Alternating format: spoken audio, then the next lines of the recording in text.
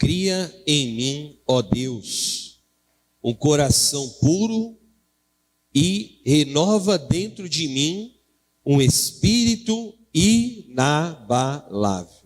Vamos ver novamente juntos agora, queridos.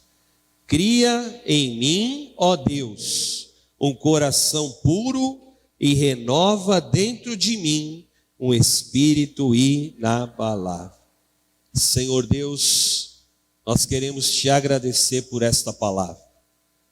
Espírito Santo de vida, ministra-nos, ó Pai, neste movimento de corpo. Fala aos nossos corações, traz, ó Pai, a tua instrução, a tua direção, o mover do teu Espírito sobre nós. Faz a tua obra, Pai, porque desejamos mais de ti. Usa a minha vida segundo a tua vontade. E nós damos a ti a honra, a glória e o louvor em nome de Jesus. Amém. Amém. Glória a Deus.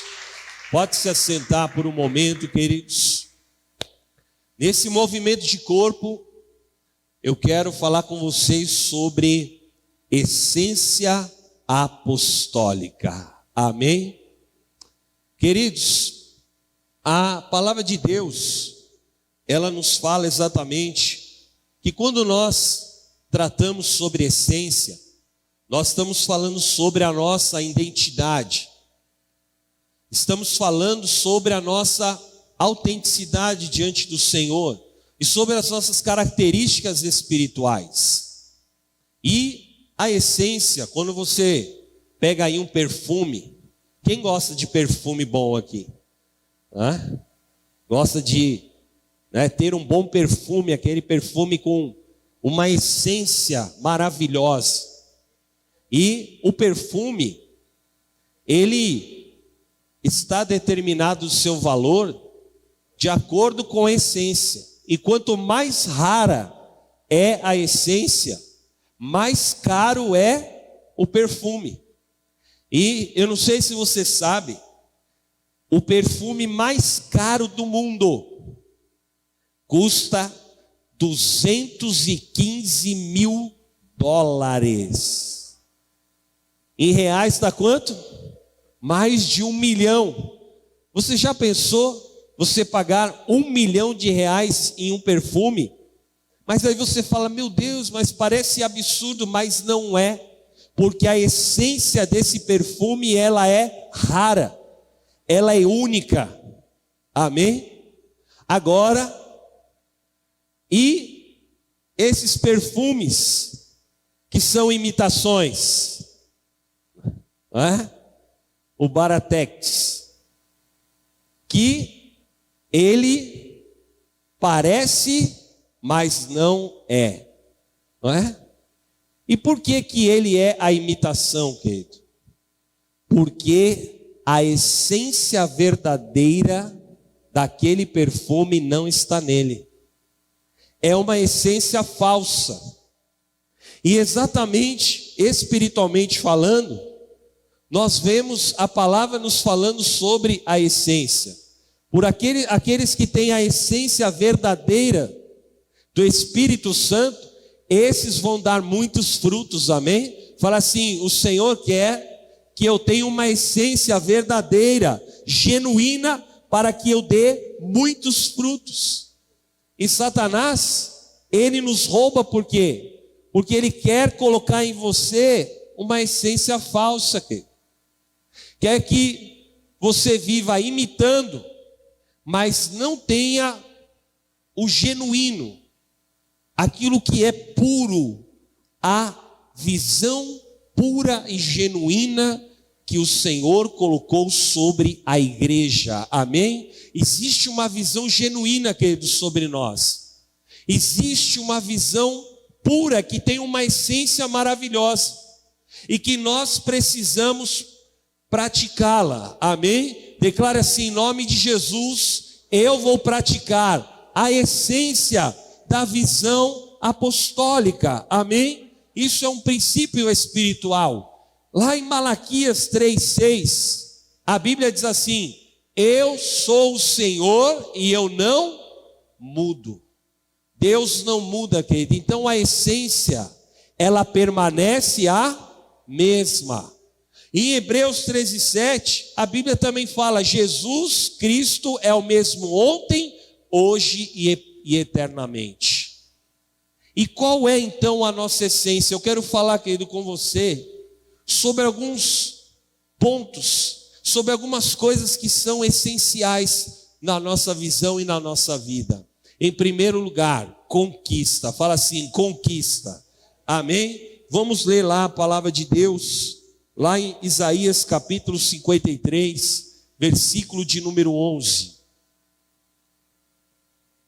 Ele verá o fruto do trabalho da sua alma e ficará satisfeito. O meu servo, o justo, com seu conhecimento justificará a muitos, porque as iniquidades deles levará sobre si. Amém? Quem é o grande conquistador que nós temos como referência, querido? Jesus. Jesus conquistou na cruz e através da sua ressurreição, Ele nos deu o poder da vida eterna. E Ele colocou sobre a igreja um poder de conquista. E nós precisamos exercer esse poder de conquista. Por quê? Porque Satanás não quer que a igreja seja conquistadora. E nós temos um legado sobre nós. Nós somos uma igreja conquistadora. Eu posso dizer para você, querido, eu lembro até hoje o dia que o bispo Tide entrou na rádio e falou: agora a igreja tem uma rádio. Eu lembro, eu estava no acampamento da igreja e nós entramos no ar pela primeira vez na UFM. Eu não estou falando nem do AM, porque o apóstolo já fazia programa no AM, só que não era da igreja. Mas no FM, quando nós compramos, que era antigo Rádio Manchete, quem se lembra aqui? Não é? E eles entraram, o apóstolo, o bispo Tide: agora nós temos a rádio.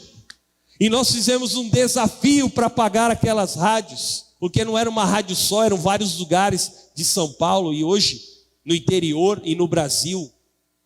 Queridos, nós temos um legado de conquista sobre nós.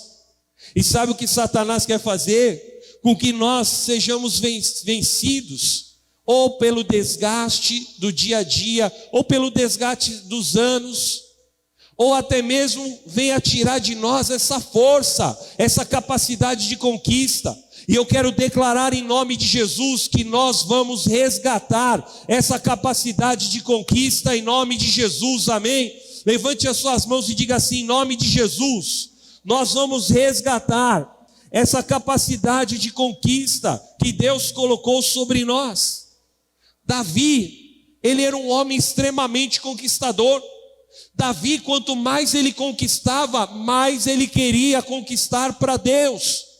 E esse era o desejo, esse era o sentimento de Davi. Davi não conquistava nada para si, mas ele conquistava para o Senhor. Sabe, queridos, qual é realmente a chave de quem conquista e de quem não conquista? É o sentimento dele. Qual é o nosso sentimento? O nosso sentimento é conquistar para Deus, ou só conquistar para nós mesmos? Ou só conquistar para ter as coisas, as riquezas, os bens materiais, ou até pagar conta, enfim, que seja? Ou o sentimento verdadeiro e genuíno de uma essência é conquistar para o Senhor? E aqui está um grande segredo espiritual. Por quê? Porque se eu desejo conquistar para Deus, se eu me esmero para Deus, se eu busco caminhos de conquista, o que vai acontecer na minha vida? O que vai acontecer na tua vida se você desejar para Deus? O que vai acontecer? Deus vai prosperar as obras das tuas mãos em nome de Jesus. Deus vai te marcar, Deus vai prosperar cada dia mais, Deus vai encher a tua vida, Deus vai te dar mais conquistas, querido, porque a Bíblia fala ao liberal, Deus dá com liberalidade, e aquele que quer conquistas para Deus, Deus também vai te dar conquistas em nome de Jesus. Amém? Se eu quero para Deus, lógico que Deus também vai me abençoar. Lógico que Deus também vai fazer na minha vida. E eu quero profetizar, querido, que você vai conquistar para Deus. E Deus também vai marcar a tua vida com grandes conquistas pessoais, profissionais, financeiras, em nome de Jesus. Esse sempre foi o caminho da igreja. A igreja, ela nasceu assim, debaixo de conquistas, debaixo de nós nos empenharmos. E quando você faz isso, querido, não haverá limites para Deus em nome de Jesus. Amém? Em segundo lugar, a palavra de Deus fala que a essência é o evangelismo. Fala para a pessoa que está do teu lado, fala assim, evangelismo. Amém? Vamos ler lá Salmo 51, versículo 12. Restitui-me a alegria da tua salvação e sustenta-me com um espírito voluntário. Queridos, está aqui uma coisa que nós nascemos debaixo de uma visão de amor, amém? E a nossa visão de amor era uma visão de resgatar almas para Cristo. E o nosso amor ao Senhor nos faz buscar os perdidos, amém? O nosso amor ao Senhor faz com que nós continuemos pregar a palavra, trazer pessoas para a igreja, buscar aquele que está precisando, resgatar aquela pessoa que está detonada, que está precisando de resgate, de salvação. E eu quero declarar que você vai, assim, fazer aquilo que o apóstolo Paulo falou para Timóteo. No capítulo 4, Paulo fala a Timóteo, eu rogo que você reaviva o dom que há em ti pela imposição das minhas mãos. E eu profetizo aqui, nós vamos reavivar o dom do evangelismo na igreja em nome de Jesus. Em todas as nossas igrejas, nós vamos evangelizar, nós vamos crescer, nós vamos ver mais vidas sendo salvas em nome de Jesus, amém, querido? Deus te chamou para ser um evangelista. Fala assim, o dom do evangelismo está sobre a minha vida, amém? Está sobre nós, e não há outro caminho para a igreja crescer, se nós não evangelizarmos. E você quer ver uma coisa que nós precisamos realmente colocar a mão? Células. Fala para o teu irmão, fala assim, células. Amém? Queridos, o que é a célula? Eu não vou falar aqui termo técnico não, sabe o que é célula?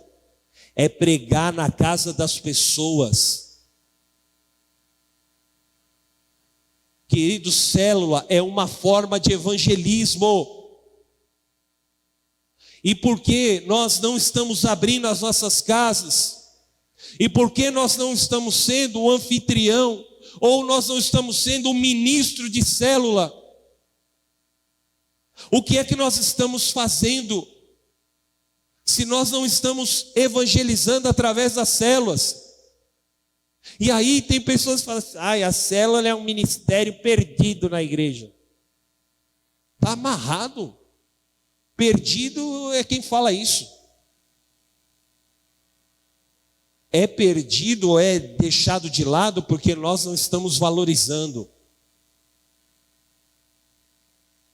Agora imagine aqui se cada um de nós abrisse uma célula. Agora eu vou te falar uma coisa. Você acha que as igrejas estariam do mesmo tamanho? Então nós sabemos qual é o caminho. Sabe o que nós precisamos? Nos dispor. Nós precisamos nos dispor E nós precisamos estar disponíveis para fazer a obra do Senhor, em nome de Jesus. E eu quero ministrar no teu coração, querido, um amor às vidas. Se nós não amarmos as pessoas, eu quero contar uma situação aqui, que há uns anos atrás eu passei na igreja. Nós tínhamos a galera aí do Projeto Amar, do O2. Aí nós tínhamos um costume. Toda pessoa nova que entrava na igreja, nós corríamos assim, literalmente, nós corríamos para abraçar a pessoa. E esse dia eu estava bem na porta da igreja, eu gostava de fazer, eu gosto de fazer isso até hoje. E aí, nossa, está alto aqui, tira esse retorno aí. Aí, queridos, um rapaz do Projeto Amar, o Alan, o Tarso sabe quem é o Alan. O Alan veio correndo assim para dentro da igreja e 2 caras vieram correndo atrás dele, estavam querendo assaltar ele. E entraram dentro da igreja. E eu não percebi. E eu fui lá falar com os caras. Eu vou te falar, irmãos, os caras, eles já tinham uma cara assim de gente ruim. Eles tinham, e eu por acaso eu tinha visto esses caras no circular aqui do Taboão, eles assaltavam o circular. Aí eu fui lá assim de braços abertos para abraçar o cara. O cara só tinha assim o ponta direita e o centroavante, né? Mas tá tudo certo. Aí eu fui lá abraçar ele assim. Eu abracei e falei, seja bem-vindo, Deus abençoe e tal. E comecei a falar com ele. Esse cara virou para mim, eram 2. Um deles virou para mim e falou assim: cara, você parece com uma pessoa que eu quero matar. Hã? Irmãos, mas eu travei, eu não sabia mais o que falar. Sabe quando você é pego de surpresa? Imagina um malandro falando assim, eu quero te matar. Você parece com um cara que eu quero tirar a vida. Aí eu respirei e falei assim, não, cara, você está enganado. Eu tremi, irmãos, eu juro para você que eu tremi. Eu falei, não, você está enganado, você está me confundindo. Aí ele, não, mano. Aí ele olhou para o cara do lado e falou, não, mano, ele parece com esse cara lá. Eu falei, meu Deus, Jesus. Por que eu fui adotar esse cara? Queridos, no nosso chamado nós vamos passar por isso. Lógico, o cara foi embora lá e estava confuso. Graças a Deus, né? Não aconteceu nada. Mas assim, quando nós estamos abertos para abraçar pessoas, cumprimentar, dar um abraço, adotar, sabe adotar, ligar para a pessoa, né? Cuidar daquela pessoa, para que ela não se perca, para que ela tenha um cuidado de Deus.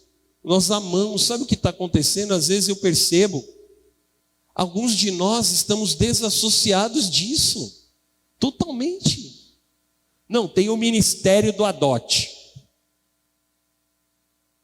Irmão, Jesus te chamou como todos do adote.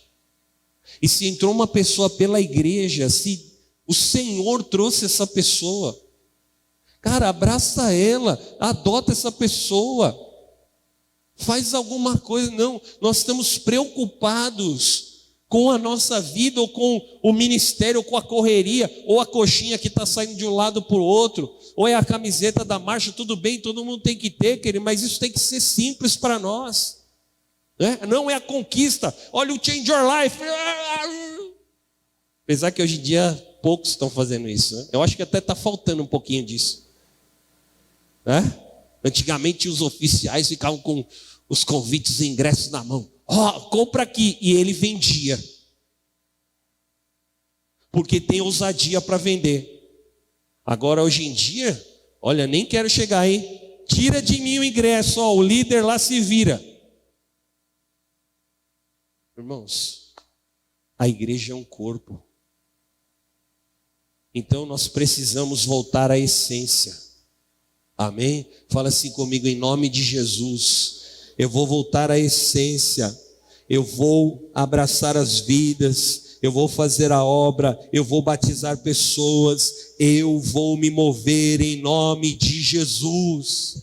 Nós não podemos simplesmente nos conformar e falar: Senhor, mas não tem um batismo durante o mês na igreja. Meu Deus, isso tem que mexer com o nosso brio. E não é mexer com o brio, é ficar assim: tá vendo? Ninguém está fazendo, por isso que não tem batismo. Não é isso não, irmão. É você ver uma vida.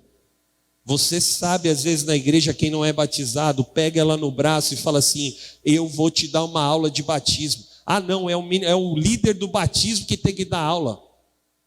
Nós estamos muito engessados. Nós temos que tirar esse gesso da nossa vida. O dia que foram me ministrar do batismo, irmão, o Walter pegou aqui a Bíblia assim, era um diácono, e eu queria me batizar. O Silas sabe quem é o Walter, lembra do Walter, Silas? Aí o Walter pegou um papel assim, com os versículos de batismo, e deu para mim, falou assim: ó, você lê aqui, e aí você vai e se batiza. Irmãos, hoje eu dou risada disso, mas era a formação que ele tinha. Eu que me virei para me batizar. Se eu não quisesse me batizar, não tinha me batizado. Porque o camarada pegou, deu papel na minha mão e falou: vai lá e lê lá do batismo. E aí, era isso que nós, lógico, estou falando de 20 e poucos anos atrás. A igreja estava em outra situação, estava começando algumas coisas. Mas hoje em dia nós temos material, conhecimento, CEAR, temos uma grande estrutura, não nos falta nada. Pega uma pessoa, adota e vai com ela até ela se batizar, vai, leva ela no encontro com Deus, se mova, porque Deus quer usar a tua vida em nome de Jesus, amém? Quem está disposto aqui, querido? Amém? Quem está disposto a você fazer isso? Ame as pessoas. A terceira essência é a essência da restauração. Eu quero ler com vocês Neemias capítulo 2, versículo 12. Me levantei à noite junto com uns poucos homens que estavam comigo e não declarei a ninguém o que o meu Deus havia posto no meu coração para eu fazer em Jerusalém. Não havia comigo animal algum a não ser o que eu montava. Deus colocou no coração de Neemias a visão da restauração, de restaurar os caídos, de restaurar os perdidos. E eu quero profetizar sobre a tua vida que o Espírito Santo vai colocar no teu coração um sentimento de restaurar aqueles que estão perdidos em nome de Jesus. Levante as suas mãos, vamos fazer uma oração agora. Fala assim: em nome de Jesus, eu vou colocar dentro de mim essa visão de restauração, restaurar as pessoas perdidas, restaurar aqueles que estão precisando, em nome de Jesus, amém, querido, glória a Deus. Uma igreja que não restaura, o que vai acontecer? Sabe o que é tão maravilhoso quando nós caminhamos com pessoas e você vê aquela pessoa restaurada? Eu lembro de um testemunho que nós vivemos no Campo Limpo. Um casal, irmãos, pensa um casal, eles são capoeiristas, os dois. Quando tinha treta, irmão, era só perna voando para um lado, perna para o outro. Eles brigavam feio. Aí, eles iam na nossa sala e a gente ministrava eles. E falava assim: olha, Deus tem restauração para o teu casamento. Deus tem transformação para o teu lar. E nós fizemos isso várias vezes. Várias vezes nós entramos numa sala, conversamos com eles. Tinha a hora que a esposa falava assim: eu não quero é nada, eu vou sair daqui, eu vou me separar. Ela chegou a pegar as coisas e sair de casa uma vez. Aí nós ministramos ela. E eles decidiram que eles iam continuar juntos. E eles nem eram assim casados no papel ainda. E aí, queridos, sabe o que aconteceu? O Senhor foi trabalhando na vida deles. E depois de um tempo eles nos procuraram. Já estava aqui no Taboão. E eles vieram com o papel do casamento. E nós fizemos o casamento deles lá na igreja do Campo Limpo. Amém? Uma família que foi restaurada. Amém? Por quê? Porque o Senhor nos deu graça para que nós não desistíssemos deles. Amém? Nós não abrimos mão das famílias. Nós não vamos abrir mão das pessoas. Amém? Que tem muita gente que fala assim: eu vou abrir mão de tal pessoa, eu vou abrir mão do fulano. Nós temos uma visão de restauração. Aí nós fomos fazer o casamento. Aí eu dei a bênção lá, nós demos a bênção, eles se beijaram e tal. Daqui a pouco colocaram uma música lá do Paranauê lá. E eles começaram a gingar no meio no final do casamento, irmão. Você já pensou? Que eu não vou fazer aqui, que eu não sou bom, né? Mas imagina o noivo e a noiva assim. Tá, eu não vou fazer aqui o meu aqui. Fazendo assim.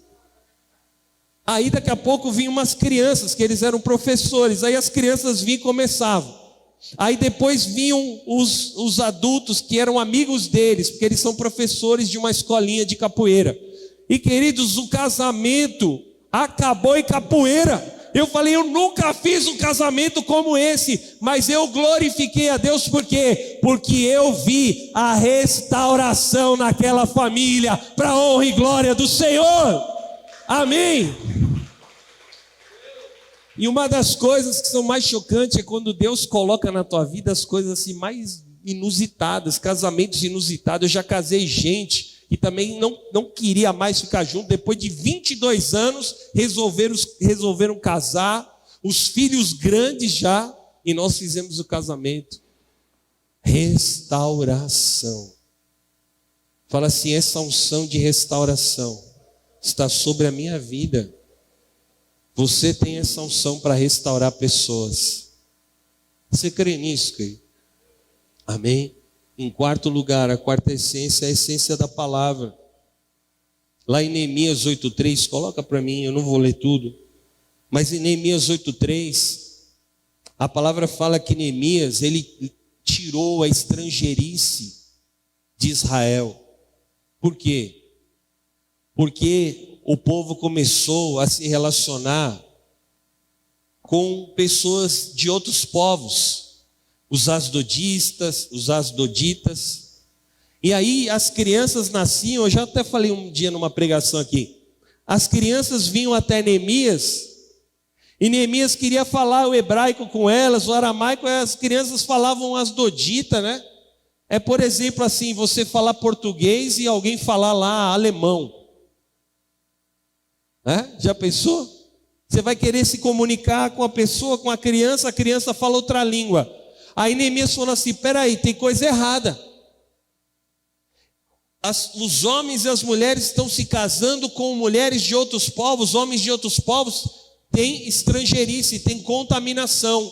E Neemias falou assim: é o seguinte, vamos trazer a palavra de volta, vamos transmitir a palavra. Aí entra Esdras e ele vem com a palavra, ensinando o povo se arrepende, cai no quebrantamento e eles são transformados, porque o poder da palavra transforma todas as coisas, amém? E eu quero te dizer, o poder da palavra está na tua boca, está na minha boca, amém? E você vai viver isso. A palavra que Deus colocou na igreja é uma palavra firme, é uma palavra que transforma e que impacta os lares. E eu quero declarar, você vai ser um instrumento de Deus. A palavra que Deus colocar na tua boca vai transformar vidas em nome de Jesus. Amém? Quem crê nisso e quem quer viver essa palavra? Vamos colocar de pé em nome de Jesus. A nossa palavra, querida, ela traz revelação, ela traz entendimento.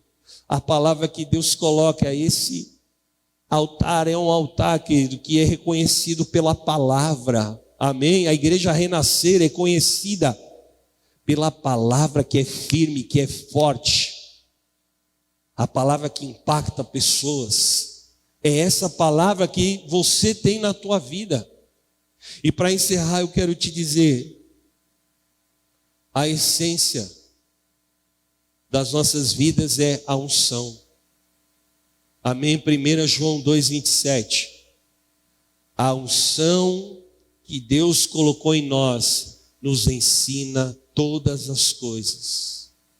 E nós não somos enganados. A unção, ela é verdadeira e não é falsa. A unção que Deus colocou em você, querido, ela é irrevogável. Uma vez que a unção caiu sobre a tua cabeça, você foi constituído. Nós temos aqui pastores, presbíteros, diáconos, aspirantes, intercessores, levitas. Nós temos oficiais de todos os ministérios. Deus colocou uma unção para você vivê-la. A unção é uma capacidade de realização, amém? E a unção é que nos diferencia. E a unção, ela se manifesta de que forma? Quando há santidade, quando há entrega de vida, quando eu rompo limites, a unção se manifesta. Você pode até ter a unção, mas se você não estiver conectado com as coisas de Deus, essa unção não vai se manifestar. Há muita gente que ela não consegue dar frutos, infelizmente. Às vezes tem oficiais que não conseguem dar frutos, porque eles querem fazer as coisas de qualquer forma, porque querem fazer as coisas do seu jeito, né? Não tem o meu jeito, querido.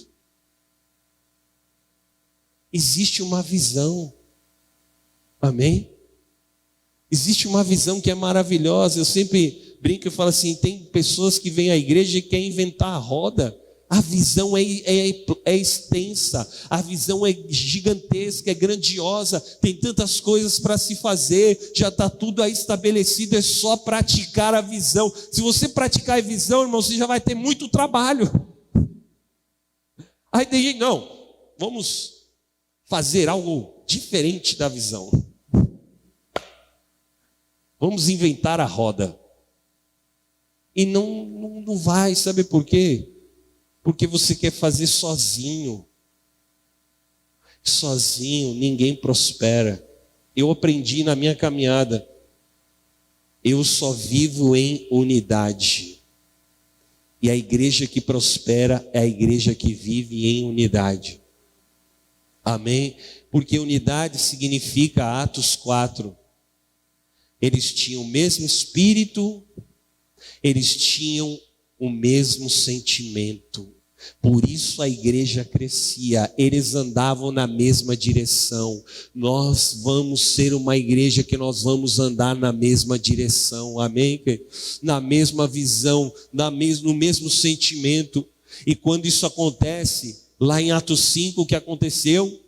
O Senhor curava os enfermos, libertava os cativos, milagres aconteciam, sinais se manifestavam através dos apóstolos.